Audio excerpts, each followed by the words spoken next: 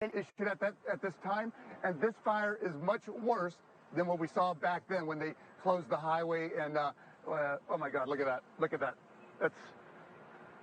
And just a short while ago. Okay, now we have a lot of crews. There's no sirens, but flashing lights. Pan to your left. Salinas fire on their way.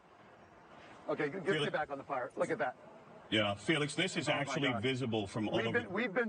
Go ahead. No, we've been told that a short while ago that we're standing on private property. We've been told to leave. I'm going to have to find another vantage point, and I don't mind doing that because honestly I don't feel safe this close to this facility. But look at that. Incredible. This is a natural gas facility. There's a natural gas facility, but this fire, as I understand, Felix, is burning in the battery storage area, which brings in a whole different dimension because we're talking about burning lithium-ion batteries, which can produce toxic fumes. That is why, Felix, they issued that order just a short time ago.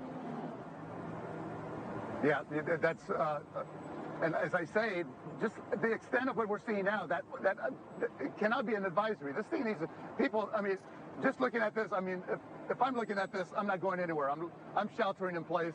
I'm closing my windows, and I'm clearly staying away from this area, as they are being told to do. Stay away from this area. I wouldn't be surprised that it's a matter of time, a matter of minutes before they close the highway, just to allow some access in here. Oh, pan to your left, Andy. We got the hazmat unit rolling up right here.